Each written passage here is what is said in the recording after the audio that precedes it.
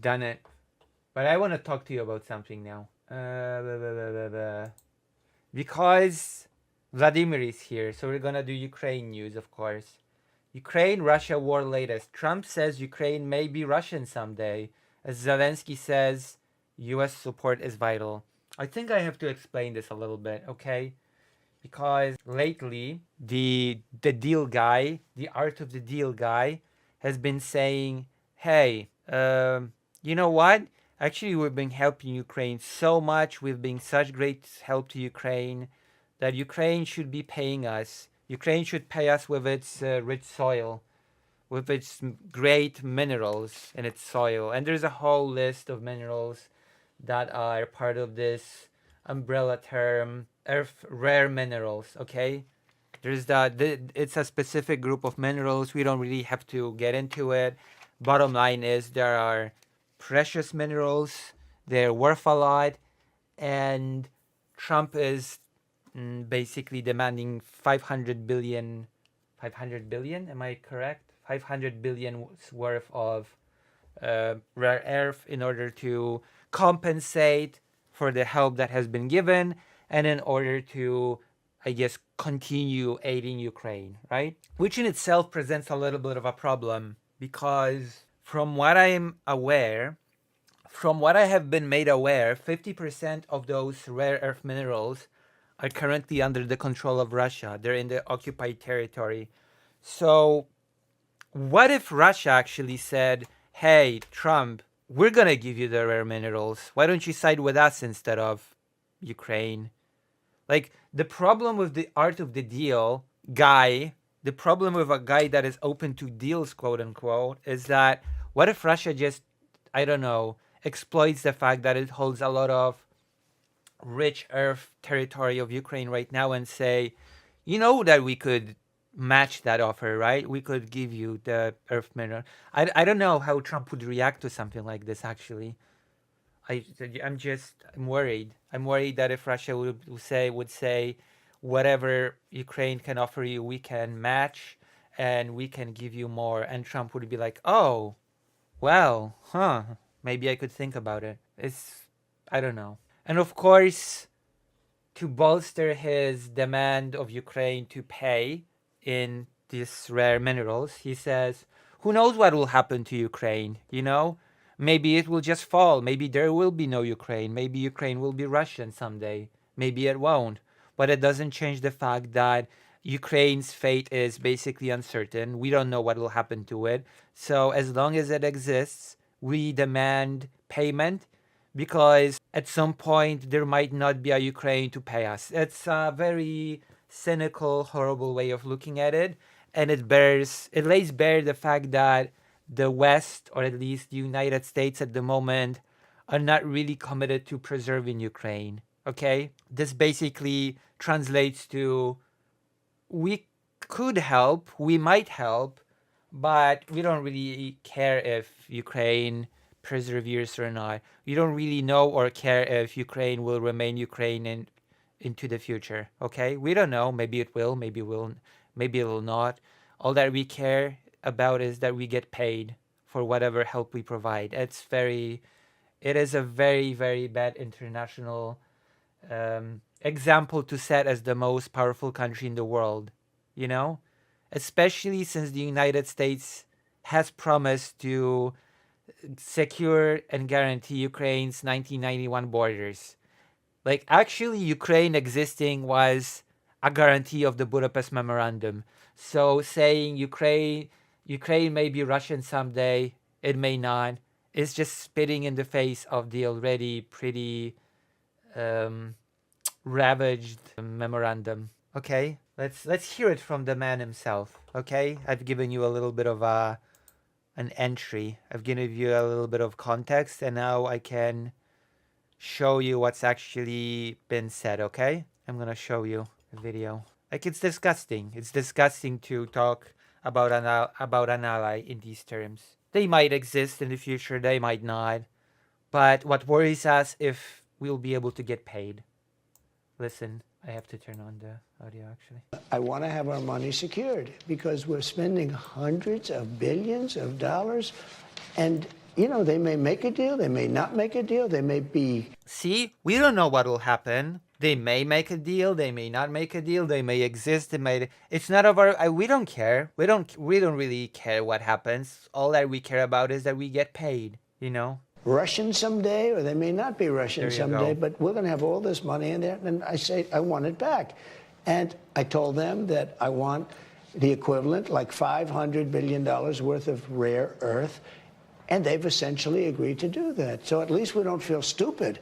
Otherwise, we're stupid. I said to them, we have to get something. We can't continue to pay this money. What if Ukraine just ceases to exist?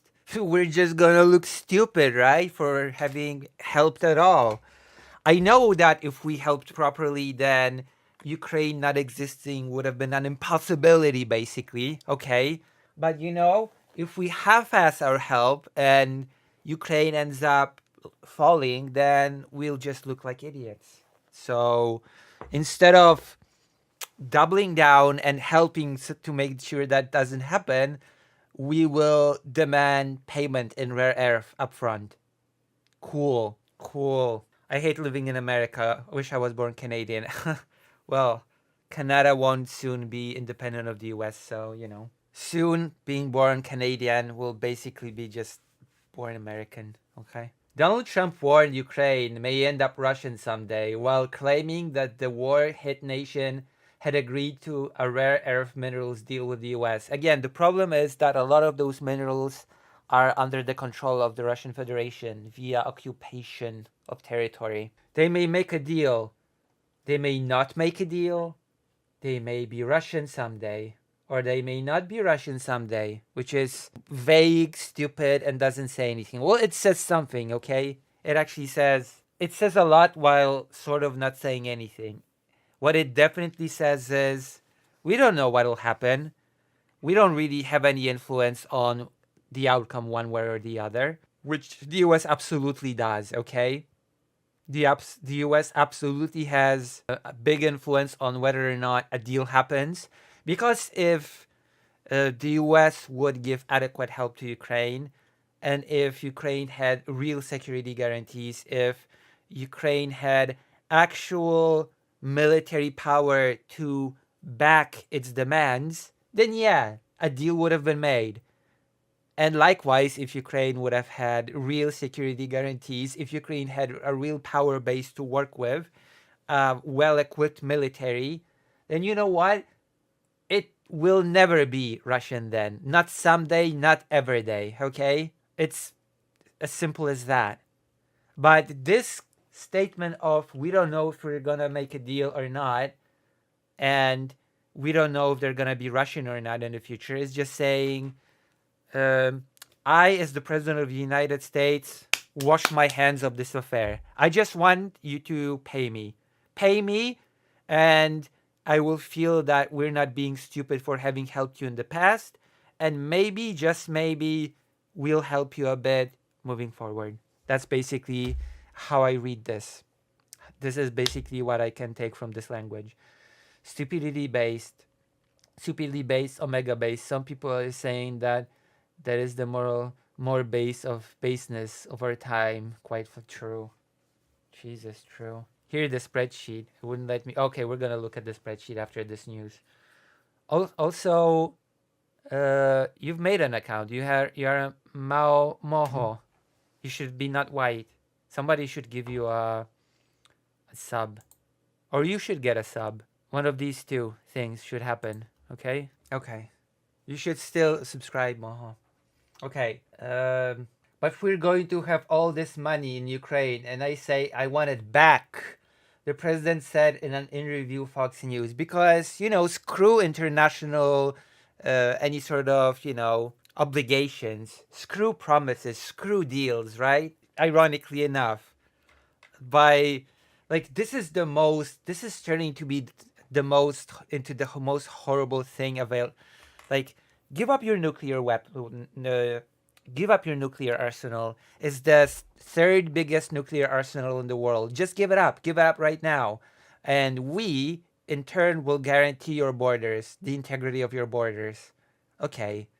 Years later, Russia just ignores Ukraine's borders and invades. Oh, you want us to keep to our part of the bargain? Okay, well, that'll cost you. That'll cost you. Like, I'm gonna be honest. The nuclear arsenal of Ukraine should have been not exchanged for. It should not have been exchanged for the Budapest Memorandum border guarantees. It should have been exchanged for a gigantic money insert, modernization of the country, and into like the nukes should have been replaced with conventional warfare capability, if you ask me. But I don't know. It was a bit complicated in Ukraine back then. Ukraine was struggling economically a lot more than many other Eastern European countries. Trump is such a funny guy to be a wildly notorious criminal gangster. Like, he threw the nuggies on the wall on the January 6th, famously. Now he's making backroom deals, just being corrupt. Big orange child plus most dangerous American criminal. So yes, I told them that I want the equivalent of like 500 billion worth of rare earths, and they've essentially agreed to do that because they don't have a choice, to be quite honest with you. Like, what choice does Ukraine have if Trump says, give me this or I will freeze all aid? In fact, I'll get those minerals from Russia then. What is the recourse that Ukraine has no bargaining power with the United States? That's not a fair deal, considering that the US is obligated, technically speaking, to help preserve Ukraine's borders. This is ridiculous. Meanwhile, Zelensky warned that if Trump withdraws US support for Ukraine, Europe will not be able to fill the gap, which is true. The European weapons manufacturing, the European military industry is not as developed as the US one, yeah. And there's a lot of. It's also not synchronized between each European country, which is a huge problem, which the Ukrainian army has suffered from it during the years of the war. It's a whole huge thing. Meanwhile, Zelensky warned. Okay, we've already went through this. There are voices which say that Europe could offer security guarantees without the Americans, and I always say no. The Ukrainian president told The Guardian. I mean, what sort of security guarantees could Europe give without the US right now, realistically speaking? I'm not sure Europe is able to guarantee security to itself at the moment, not to mention to Ukraine. We see, why would Ukraine want that modern development weapons made in 1991? Now Ukrainians are just little kids. Little kids doesn't know how to operate modern weapons. So what's the problem? True. All that Ukraine needed in 1991 in exchange for the nuclear arsenal, the third biggest nuclear arsenal in the world, was empty promises and handshakes. You're right. It wasn't the modernizing and, helping to fix the economy. It wasn't stabilizing the government so that a secure democracy could be built independent of Russia. It wasn't equipping Ukraine with enough, as I said, conventional weapons that it could defend itself against any attempt to try to impose on its borders. No, just empty promises are enough. Empty guarantees of guaranteeing, the borders of 1991. Parts of Ukraine were plunged into darkness by emergency blackouts after Vladimir Putin's forces launched a massive overnight missile attack on Kyiv's energy grid. Ukraine's state energy company Ukrenergo said it imposed emergency blackouts due to the Russian attack. So that is where we are. And it's pathetic. I'm gonna be honest with you. It's pathetic. I'm not sure how more pathetic it can get, but I will say that some people have seen it coming from a mile away before Trump even won. That if Trump wins, he might start to bargain help for Ukrainian resources, which technically speaking could have its pluses and minuses. I know that there's a bill being pushed right now to give Ukraine a type of lend-lease. And I know that lend-lease has been approved for Ukraine since 2022, but a lend-lease like program has not actually been used since the beginning of the invasion, even though it has been approved, mind you. So technically speaking, via Lend-Lease, Ukraine could be buying a lot more modern equipment at the on the condition that it would pay for it later, just like the USSR did, which might have been a lot better. Okay, if Ukraine would be able to dictate what it wants, when it wants it, and say, we're going to pay for it later. So the deliveries would be more swift and the amount would be more substantial. I think the Lend-Lease thing should have happened personally. It potentially could have been a lot more dependable as opposed to what we actually got. But it didn't happen. I'm not sure if it will happen. We are where we are. Russia, as much as we say that Russia is not doing that great, is still at an advantage, and this never should have happened. As Trump says, this never should have happened, okay? But unfortunately, as blunt and horrible as it sounds, the collective West is not really all that interested in substantially actually supporting Ukraine. That is my opinion. It's horrible, but that is how I feel on the matter.